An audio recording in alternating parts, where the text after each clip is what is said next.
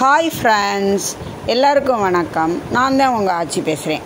இன்றைக்கி நாம் இந்த வீடியோவில் ராமானுஜரின் மணிமண்டப கோயிலை காணலாம் வாங்க. ராமானுஜரின் 1000வது பிறந்த நாளை ஒட்டி அமைக்கப்பட்ட மணிமண்டப கோயில் இது. ராமானுஜரின் மணிமண்டப கோயில் சேலம் நகரிலிருந்து 10 கிலோமீட்டர் தொலைவில் உடையாப்பட்டி புறவழிச்சாலையில் எருமப்பாளையம் அருகில் அமைந்துள்ளது. மணிமண்டப வளாகத்தில் நுழைந்து படியேறி சென்றால் முதன்மை மண்டபத்தின் மீது பேருருவாக 18 அடி உயர திருமேனியாக ராமானுஜரின் சிலை அமைக்கப்பட்டுள்ளது. மணிமண்டப வளாகத்தில் ஈசானிய மூலையில் திருவரங்க ரங்கநாதருக்கும், நிருதி மூலையில் திருமலை திருவேங்கடமுடையானுக்கும், அக்கினி மூலையில் காஞ்சி வரதராஜ பெருமாளுக்கும், வாயு மூலையில் மேலக்கோட்டை சம்பத்குமார சுவாமியையும் எழுந்தருளச் செய்துள்ளனர்.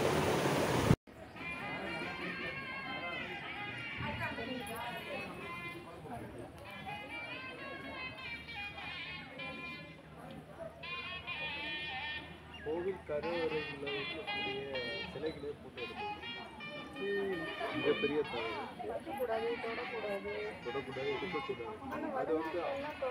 அது தொட வைக்கணும். இது அந்த கல்லுக்கு ஒரு பவர் உருவாக்கியிருக்காங்க.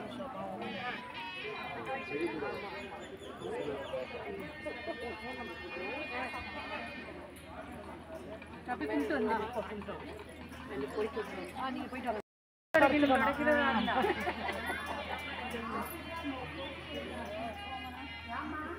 அப்படி நடந்து போயிடலாம். தண்ணியில நடந்து போயிடுங்க.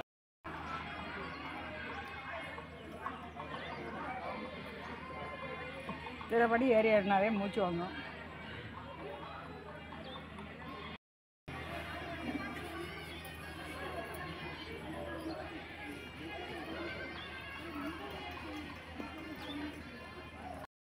மூச்சு வாங்கும்.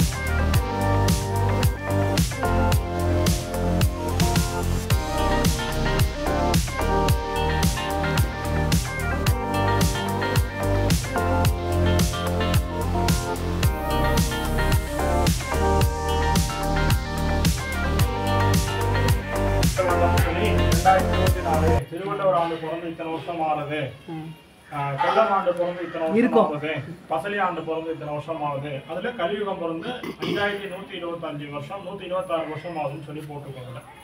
அப்படியாக இந்த கலியுகம் பிறந்து 5126 வருஷம் ஆகுது. ஒரு மனிதனுடைய முழு ஆயுள் 120 வருஷம்.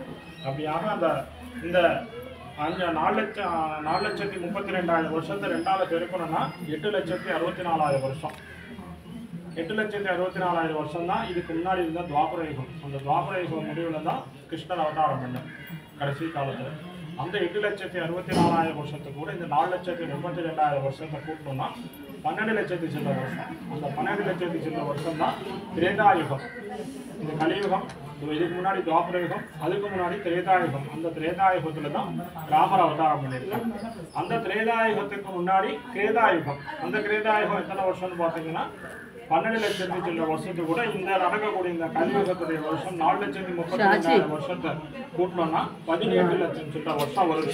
அந்த 18 லட்சம் சில வருஷத்துல தான் ரெங்கநாத பெருமாள் அந்த ஆதிசேஷனாக அவதரிச்சிருக்கார். அந்த ஆதிசேஷன் ஒவ்வொரு யுகத்திலும் பெருமாள் ஒவ்வொரு யுகத்திலும் ஒவ்வொரு அவதாரம் இருக்கும் பொழுது பெருமாள் கூடவே அவதரிச்சிருக்கார். அந்த ஆதிசேஷன் பெருமாள் வந்து திரேதாயுகத்துல ராமனாக அவதாரம் பண்ணும்போது லக்ஷ்மணாக அவதாரம் பண்ணார். துவாபர யுகத்துல கிருஷ்ணாவதாரத்துல பலராமனாக அவதாரம் பண்ணார்.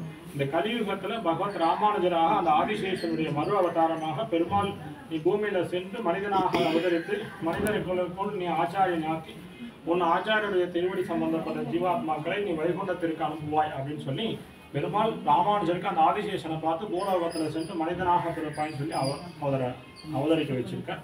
அவரும் ஸ்ரீபெரும்புதூர்ல 1017ஆவது வருஷம் அவதரிச்சிருக்கார். இப்போ 2017 1017 இவருடைய 1000வது ஆண்டுக்காக இங்க மணிமண்டபம். ராமானுஜர் வாழ்ந்த ஒரு மனிதனுடைய முழு ஆயுள் 120 வருஷம்.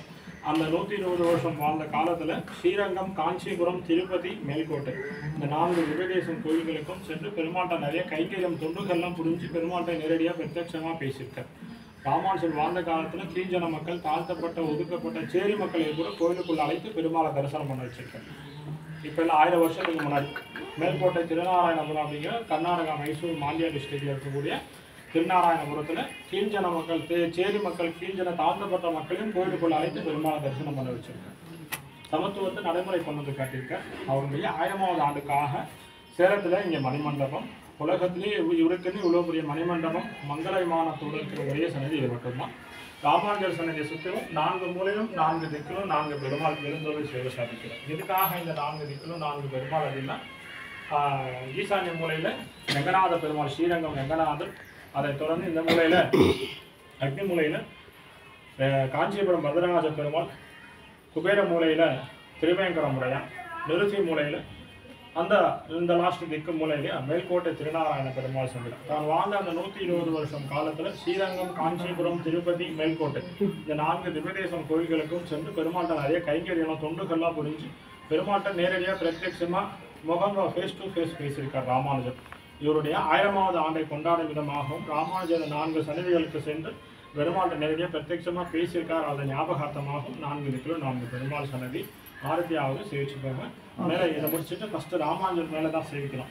ஃபஸ்ட்டு மேலே தான் சேவிக்கணும், அப்புறம் தான் கீழே வரணும். நீங்கள் வந்துட்டீங்க, இந்த ஆரதி முடிச்சுட்டு தீர்த்தம் கொடுத்துட்டு சட்டாரி வாங்கிட்டு பிரதட்சணம் மட்டும் மேலே சேவிச்சுட்டு அப்புறம் காஞ்சிபுரம் செல்லலாம். ஆதிசேஷனின் மறுபிறவியான ராமானுஜரின் மணிமண்டப கோயிலை பார்த்து தரிசித்தவர்கள் அனைவருக்கும் அரங்கநாத பெருமானின் திருவருள் பரிபூர்ணமாக கிடைக்கட்டும். வீடியோ பிடிச்சிருந்தா லைக் பண்ணுங்கள், கமெண்ட் பண்ணுங்கள், உங்கள் ஃப்ரெண்ட்ஸுக்கு ஷேர் பண்ணுங்கள். இதுவரை சப்ஸ்கிரைப் பண்ணாதவங்க மட்டும் மறக்காமல் எங்கள் சேனலை சப்ஸ்கிரைப் பண்ணுங்கள். அடுத்து ஒரு புது வீடியோவில் உங்களையெல்லாம் சந்திக்கிறேன். Thank you friends.